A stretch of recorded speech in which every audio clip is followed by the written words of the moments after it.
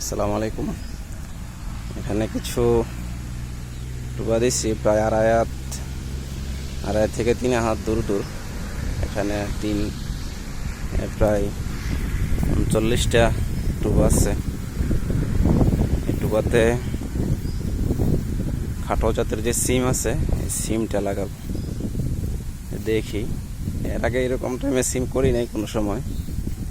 দেখি এবার সিমটা করে কি অবস্থা হয় বা কীরকম রেজাল্ট পাই।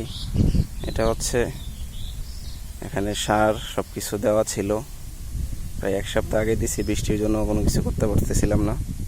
আজকে যেহেতু একটু রোদ উঠছে এই জন্য একটু মাটিটা একটু কোপ দিয়া করে দিলাম, সারটাও মিক্স করে দিলাম যাতে একটু শুকাইলে হয়তো 1-2 দিনের মধ্যে দেখি লাগিয়ে দিব। তো বিকালও লাগিয়ে দিতে পারি।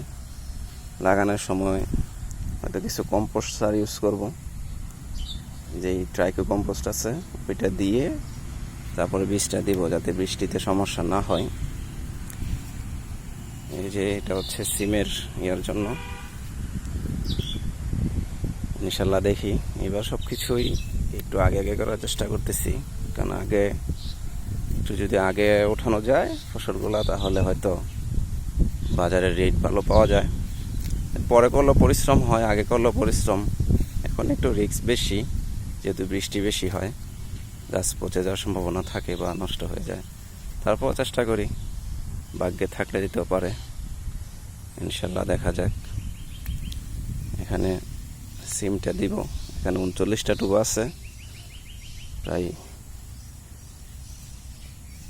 এখানে লাল তীরের একটা খাটো জাতের সিম আছে, ওইটা লাগাবো। আপাতত আমার খেয়াল নাই নামটা কি, কিন্তু লাল তীর কোম্পানিটা মনে আছে। লাল তীরের একটা খাটো জাতের সিম দিব। দেখি ইনশাল্লাহ কি হয়।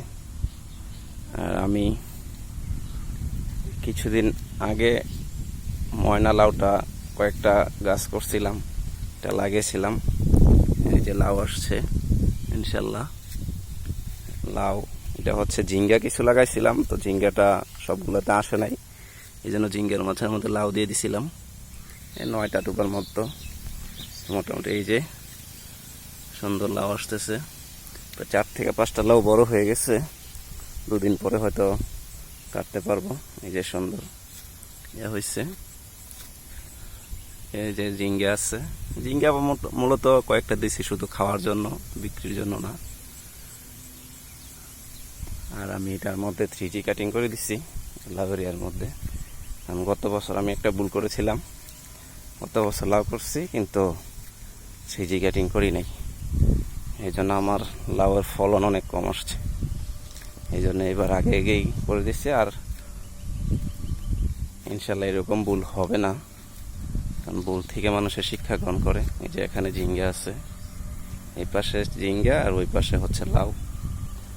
এই মাছাটার মধ্যে এভাবে দিছি যাতে খাওয়াটা চলে। আর লাউ মোটামুটি যেহেতু আসতেছে, কিছু খেয়ে হয়তো বিক্রি করা যাবে, এই আর কি। কারণ আগে হচ্ছে নিজের খাওয়া, তারপরে হচ্ছে বিক্রি।